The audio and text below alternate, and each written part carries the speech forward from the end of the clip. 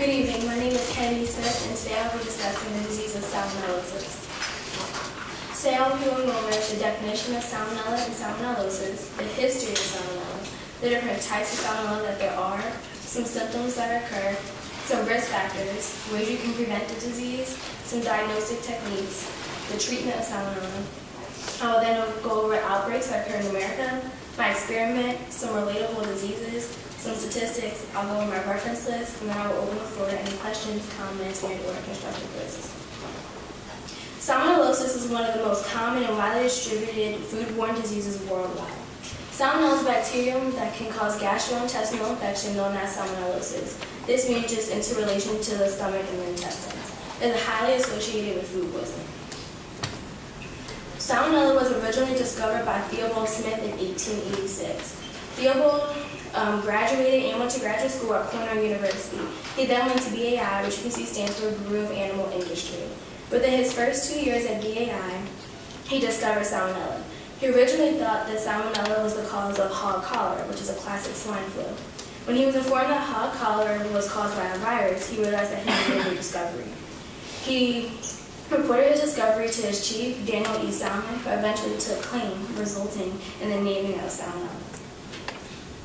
There are over 2,000 different types of salmonella. However, the two most common types, there's over 2,000 different types of salmonella. However, the most common types are Salmonella serotype enteritis and Salmonella typhimurium. The most common of the two is Salmonella serotype enteritis. This is commonly known as S. enteritis. This is highly associated with eggs. This is when the bacterium infects the ovary of a healthy hen before the egg is formed. This results in a healthy appearing egg. If this egg is consumed raw or not cooked properly, then the host is then infected with the disease. Salmonella typhimurium is caused by Salmonella typhi. This is within thyroid fever. This is just an infection that causes diarrhea and rashes. Thyroid fever, however, has an effective vaccine, which is highly recommended for international travelers and those traveling to third world countries. Symptoms of salmonella typically do not appear until 12 to 72 hours after the initial infection. These symptoms include diarrhea, fever, which range from 100 to 102 degrees, chills, dehydration, abdominal cramps, and vomiting. Symptoms typically only last for 4 to 7 days. If the diarrhea or dehydration is very severe, hospitalization can be necessary. If this disease is not treated immediately, then the bacteria can spread from the host intestines into their bloodstream. This can eventually result into death. People who are immunocompromised typically have the highest risk of contracting salmonella. These people include children, those specifically under the ages of 2, elders, those over the ages of 65, people who suffer from HIV or have a current intake of cancer-fighting drugs. 60 to 80% of all cases are not recognized as an outbreak. This is because most people do not seek for medical attention, so their case is not identified. With that said, May 1st through November 30th of the year 2010, there were 2,000 illnesses reported. These were all thought to spread from food trucks. This food truck contained 17 different food commodities.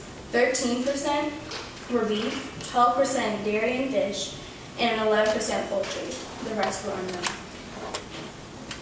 There is currently no vaccine for salmonella. However, there are many preventive measures that you can take to lower your chance of getting the disease. These include making sure that all food is cooked properly, that all food that is meant to be eaten hot is consumed hot. There is no cross-contamination of food, which just means that all uncooked meat should be stored separate from produce, cooked, or already prepared foods. And you should always try to stay away from raw or unpasteurized products. Breastfeeding prevents salmonella, therefore it is the safest food for young infants. The foods with the highest risk of contamination include beef, poultry, milk, eggs, and vegetables. Other non-food related ways to prevent the disease include making sure that all hands, utensils, cutting boards, and counters are thoroughly washed before preparing or the consumption of food. It is highly recommended that hands are washed after interaction with live poultry. So if hospitalization is necessary for a host and they have very severe symptoms, and they can get their stool tested. If the bacteria is found within their stool, then they will be prescribed antibiotics. Further testing can be done to determine the specific type of salmonella that that person may have. So most doctors do not recommend any antibiotics and feel that symptoms will pass with time and that the immune system will be able to fight off the disease on their own. However, other doctors recommend an antibiotic such as ciprofloxacin, known as Cipro. This is a disease that is used to treat or prevent severe illnesses from deliberately spreading.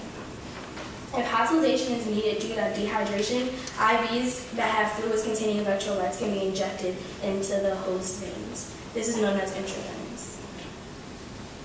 My experiment was titled Meta-Analysis of Chicken Salmonella Infection. It was conducted by Methodist. The objective of my experiment was to perform a meta-analysis of a wide variety of experiments to identify general and host-specific behavior to Salmonella challenge. In this experiment, they had different chicken lines, which is just the genetic, chickens that are genetically related to each other. And they injected these chicken lines with Salmonella and then observed their behavior to the disease. They used this host-specific information to gather a the general behavior of how people react to the disease. So there were 4 different experiments within my one. And the first experiment was known as the original animal experiment. So within this, they had 2 different chicken lines that they were used, and they were 3 weeks old when they were orally infected with Salmonella. In the second experiment, there were 3 different chicken lines that differed in sensitivity to the disease. They were infected with Escherichia, as I talked about earlier, and they were infected with it at the date of their original hatch. The jejunum, which is a part of the small intestines, was then sampled and examined days 1 and 2 post-infection. Experiment 3 was just a repeat of experiment 2, however with 5 chicken lines from both a controlled and an infected group. The jejunum was also examined at the day of hatch.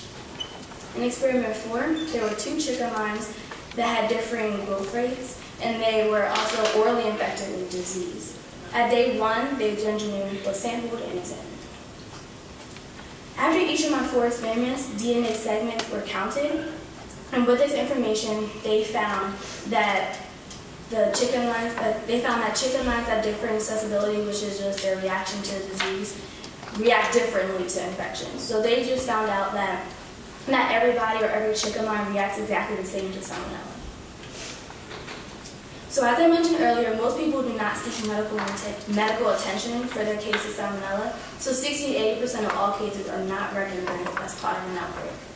It is found that for every 1 case of Salmonella that is confirmed in the lab, there are 30 times more cases that are not confirmed.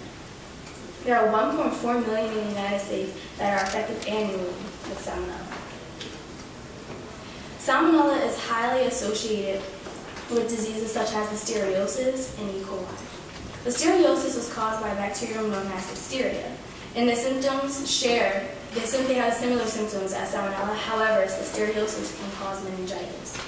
So listeriosis has a higher risk of infecting pregnant females, while Salmonella does not. And the other disease that is highly associated with Salmonella is E. coli. This is the name of a type of bacteria that lives in your intestines. They also share some similar symptoms. However, E. coli can cause bloody diarrhea. It is found that Salmonella is a gram-negative bacteria, and it is also broad-shaped and is a microaerophilic bacteria. In conclusion, Salmonella is one of the most common worldwide spread diseases.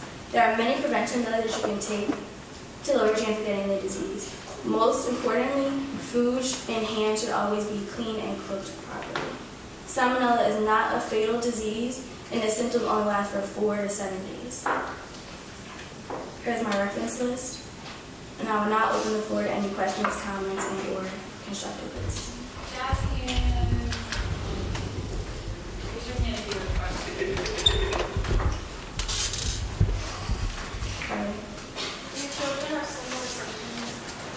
Children generally do have similar symptoms, however, they can experience dry mouth and tongue weakness, and they can have a lack of energy.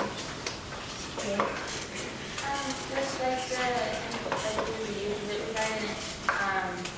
Any other consistencies that doesn't help, like butter or anything? If the butter is unpasteurized, then yeah, it's likely that it will have.